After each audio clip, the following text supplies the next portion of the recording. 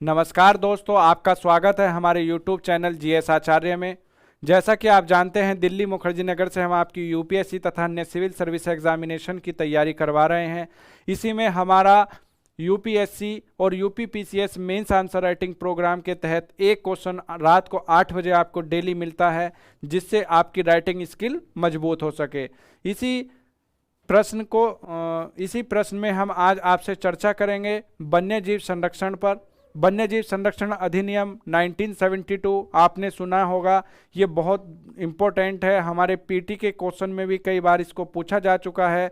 और अगर हम बात करें अपनी प्राचीन सभ्यता की, भारतीय संस्कृति की, तो उसमें भी सबको सम्मान दिया जाता है, गौ को माता कहा जाता है और पूजा जाता है। इसी तरह से हमारे जो देवी देवता और ये सारी चीज़ें, रस्में, पशुओं के लिए गोवर्धन पूजा आदि की जाती है, ये सब भी हमारी संस्कृति यही दर्शाती है कि जो जीव हैं उन सब पर दया करनी चाहिए। जीवों पर दया करें का भी नारा दिया गया है। और आपने देखा होगा, चिपको आंदोलन के द्वारा पेड़ों के संरक्षण की भी बात की गई, पर्यावरण संरक्षण की भी बात की गई। तो आज हम जो अपने इस प्रश्न में चर्चा करेंगे, आइए देखते हैं। ये यूपीपीसीएस 2020 में पूछा गया प्रश्न है कि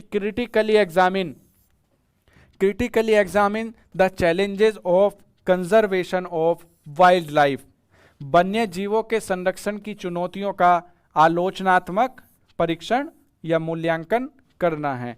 तो आलोचनात्मक मूल्यांकन का मैंने आपसे पहले भी बताया था कि लोचन जो शब्द है, लोचन से ही ये शब्द बना है, देखना।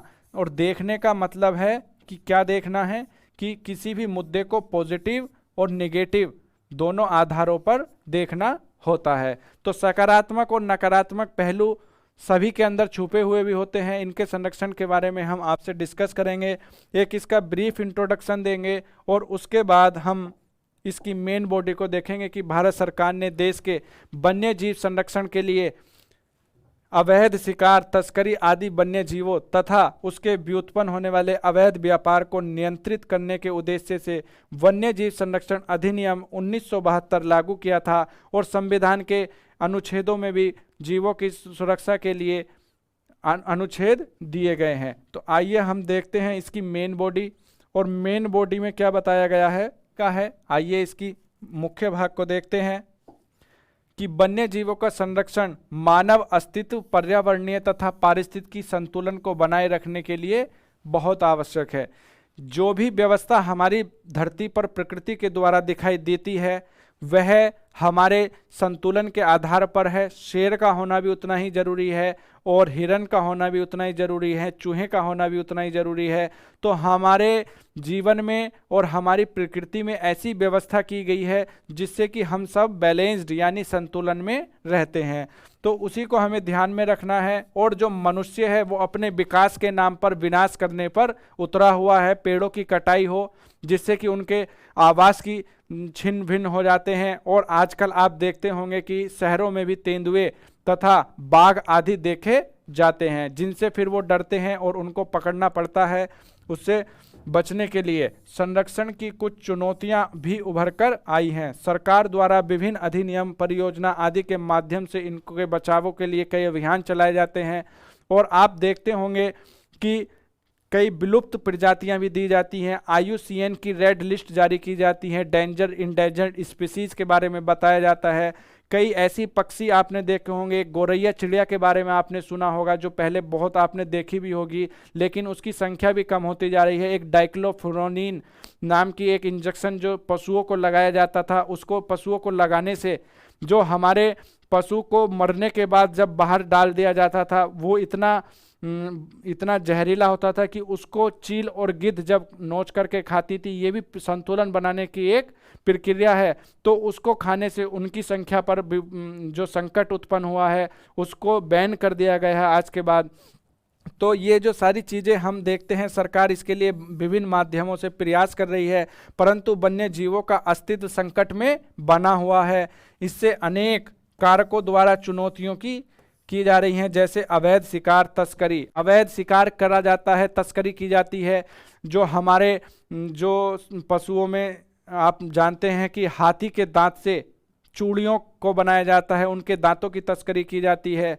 और मृग की जो खाल होती है, जो मृग की खाल से कई उत्पाद बनाए जाते हैं और कई मनुष्य या कई लोग इतने आतुर हैं कि जो उनको खाने की प्रकृति में सुविधा उपलब्ध की गई है उससे इतर जाकर के वो मांस के इतने बड़े शौकीन हो जाते हैं कि जो हिरण का शिकार करते हैं, खरगोश का शिकार करते हैं और उनके जीवन को नष्ट कर करके वो अपना स्वाद अनुसार उसको उपयोग कर लेते हैं। तो ये सारी जो मनुष्य की गतिविधियां हैं यही हमारे असंतुलन को बढ़ावा देती हैं और इस असंतुलन को बढ़ावा देने के लिए ही ये सारी योजनाएं चलाई जाती हैं कि जिससे कि इनको रोका जा सके। जलवायु परिवर्तन भी इसका एक कारण बन जाता है, क्योंकि जब सारी चीज़ें पेड़ काट करके आप बदल देंगे, मौसम के समय जब बारिश होनी है बारिश नहीं होगी, जब ठंड होनी है तब ठंड नहीं होगी, तो हमारी उत्पादन क्षमता भी कृषकों की घट जाएगी और इससे हमारे जीवन पर जो प्रतिकूल प्रभाव पड़ेंगे वो दिखने को मिलेंगे। इसके कारण प्राकृतिक आवास की कमी हो जाएगी, भोजन संकट भी उत्पन्न हो जाएगा जब उत्पादन क्षमता घटेगी और इसी संकट को जीवों पर संकट उत्पन्न होगा, संघर्ष में वृद्धि और दुर्घटनाएं आदि होंगी और ये जीव संरक्षण को नुकसान पहुंचाना शुरू करेंगे।